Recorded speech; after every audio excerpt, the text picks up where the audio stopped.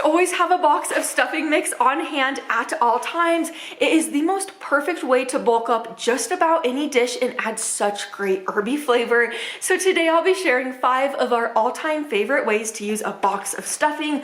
You could use any brand or any type of stuffing that you like or have on hand. Plus, one of these recipes is extra special because it comes from my mom. My mom used to make it often when I was younger. Let's get to my kitchen and let's get to cooking. To kick us off today, we are making the world's best meatloaf alongside the creamiest mashed potatoes.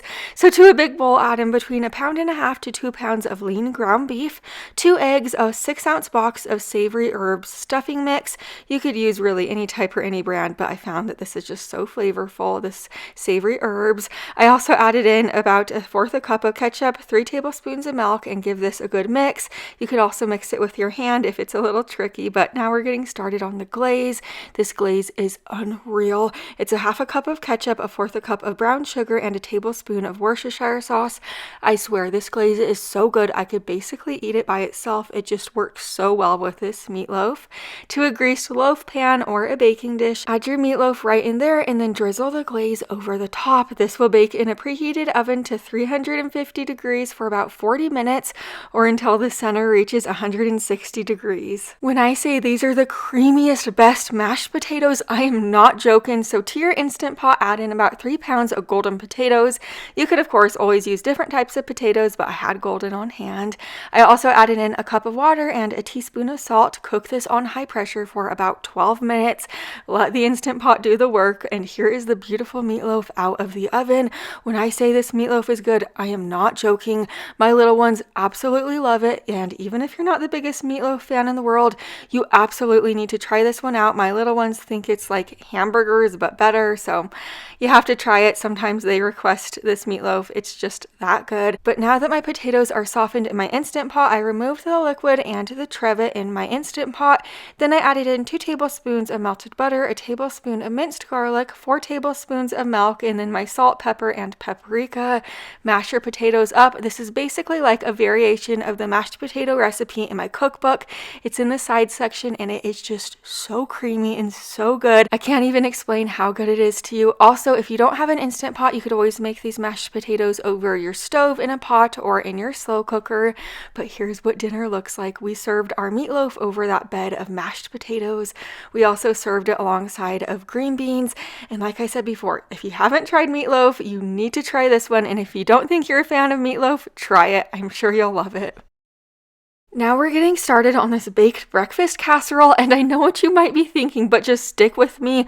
You will be glad that you stuck with me here in a moment. So to a big bowl, add in 6 eggs, then add in 1.5 cups of either ham diced or like bacon, sauteed veggies, sausage, turkey sausage, add in whatever you like. Then add in 2 cups of milk, 1 cup of shredded cheddar cheese. If you're not a cheese fan, you don't have to add the cheese in.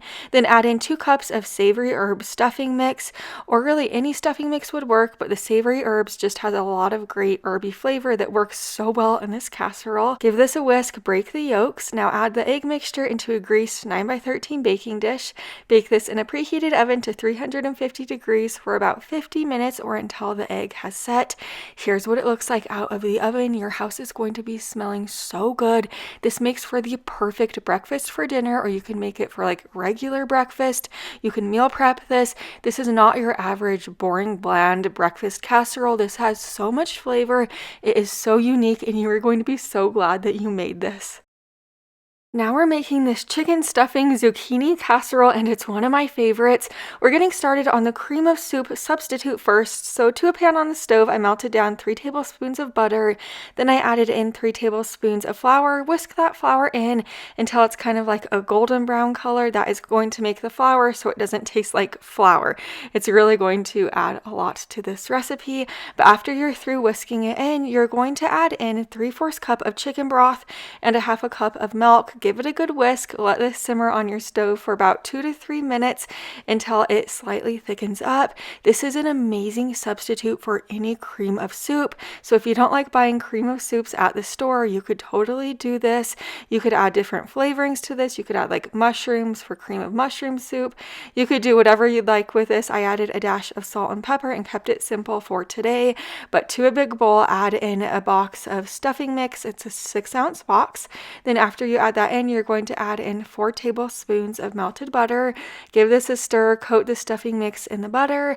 Now you're going to remove 3/4 cup of the stuffing mix and you're going to set it to the side. This is going to be perfect for the topping. Now into that stuffing mix, you're going to add the cream of soup, substitute in, or you could just add in a normal 10-ounce can of cream of chicken soup or any cream of soup you'd like if you don't want to make your own on the stove. But I often get questions like how to make it, so that's why I shared it with you today. But this recipe is also on page 64 in my cookbook. It's in the casserole section, and I self-published this cookbook almost 2 years ago now, and I do have some in stock. But now I just added in 2 diced zucchini, a half of a diced yellow onion, along with 4 cups of cooked shredded chicken, half a cup of sour cream, or you could use plain Greek yogurt. Then add in a half a teaspoon of salt, half a teaspoon of pepper, and give this a really super duper good stir.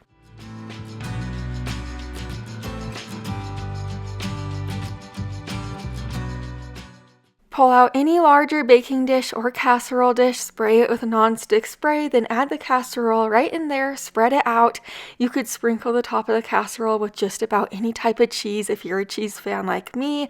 Believe it or not, for this night, I was totally out of cheese. I didn't have any cheese on hand, so I didn't use any cheese for this casserole. It will turn out delicious, you have to trust me, but sprinkle the top with the remaining stuffing mix, bake it in a preheated oven to 350 degrees for 40 minutes. Your house is going to be smelling so cozy and delicious at this point. You could serve it up. You could also add any vegetables that you would like into this casserole. You don't have to add zucchini, but zucchini just works really well with it. This casserole is so good. I make it often for my family. It is just so scrumptious. I'm sure you'll love it just as much as we do.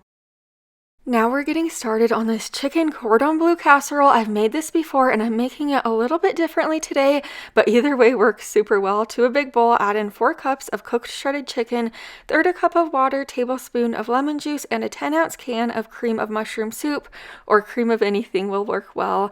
Give this a stir, let the ingredients combine super well together, and then you're going to pull out a 9x13 baking dish, spray it with nonstick spray, then add the casserole right in there. Now you're going to spread that chicken casserole mixture out evenly, and then over the top of this, to make it kind of like your chicken cordon bleu, you're going to add about 9 ounces of sliced ham. This is just deli ham that I cut into smaller kind of like bite-sized pieces. Over the ham, you're going to add about 6 slices of Swiss cheese. This casserole is so good, and it really does resemble like chicken cordon bleu, but it is so much easier to make than regular chicken cordon bleu. Now that you're through with the slices of Swiss cheese, you're going to add a 6-ounce box of stuffing mix. Just sprinkle it over the top. Now you're going to drizzle about 1/3 cup of melted butter over the stuffing mix. Cover this with foil tightly and bake it in a preheated oven to 350 degrees for about 40 minutes. After 40 minutes of baking, I had my husband remove it from the oven for me. Just remove the foil and bake it for an additional 20 minutes, and there you go. You could serve your chicken cordon bleu up. If you're a chicken cordon bleu fan, you absolutely need to give this one a try. I'm sure you're going to love it just as much as I do. It is so easy to throw together. It's basically just like a dump and go casserole. We serve this alongside a mixed veggies on the side. This dinner couldn't get any easier than this. This is the extra special recipe that comes from my mom. I like to call it her crunchy, cheesy, no-peak chicken. So to a bowl, add in 2 10-ounce cans of cream of soup. I'm using cream of mushroom soup with roasted garlic. The garlic gives it added great flavor. Then I also added in 1/3 cup of milk. Give this a really good whisk until everything is combined and it kind of looks like one ingredient. Now set that bowl to the side, pull out another bowl, add in a 6-ounce box of stuffing mix. Then you're going to add in 1/4 cup of melted butter, butter and 3/4 cup of chicken broth. Give this a stir so that stuffing mixture absorbs the broth and the butter. Now you're going to set this to the side, pull out a larger baking dish, and into that baking dish, you're going to add between 2 to 3 pounds of chicken tenderloins. This recipe is also so easy to double or half. Season the chicken with a dash of salt, pepper, and paprika. Now over the top of the chicken, you're going to add that creamy mixture. Just spread it over the top pretty evenly. And then over the top of that mixture, you're going to add slices of Colby Jack cheese, or you could really use any type or any brand of cheese. And then over the top of the cheese, you're going to add the stuffing mixture. Cover this tightly with foil. Bake it in a preheated oven to 350 degrees for 20 minutes. After 20 minutes, uncover the foil and bake it for an additional 25 minutes. Once this came out of the oven, it was just smelling like home to me. We always used to serve this over a bed of white rice, but you could serve it over mashed potatoes, cauliflower rice, really anything that you like. When I was younger and my mom would ask me what I'd like for dinner for like special occasions or my birthday, I would almost always request this. It is just so comforting and delicious to me. And then sometimes in between the layer of cheese and stuffing, she'd put sliced tomatoes. I would really love to have you over here, so make sure you're subscribed and I'll see you in the next one. Bye for now.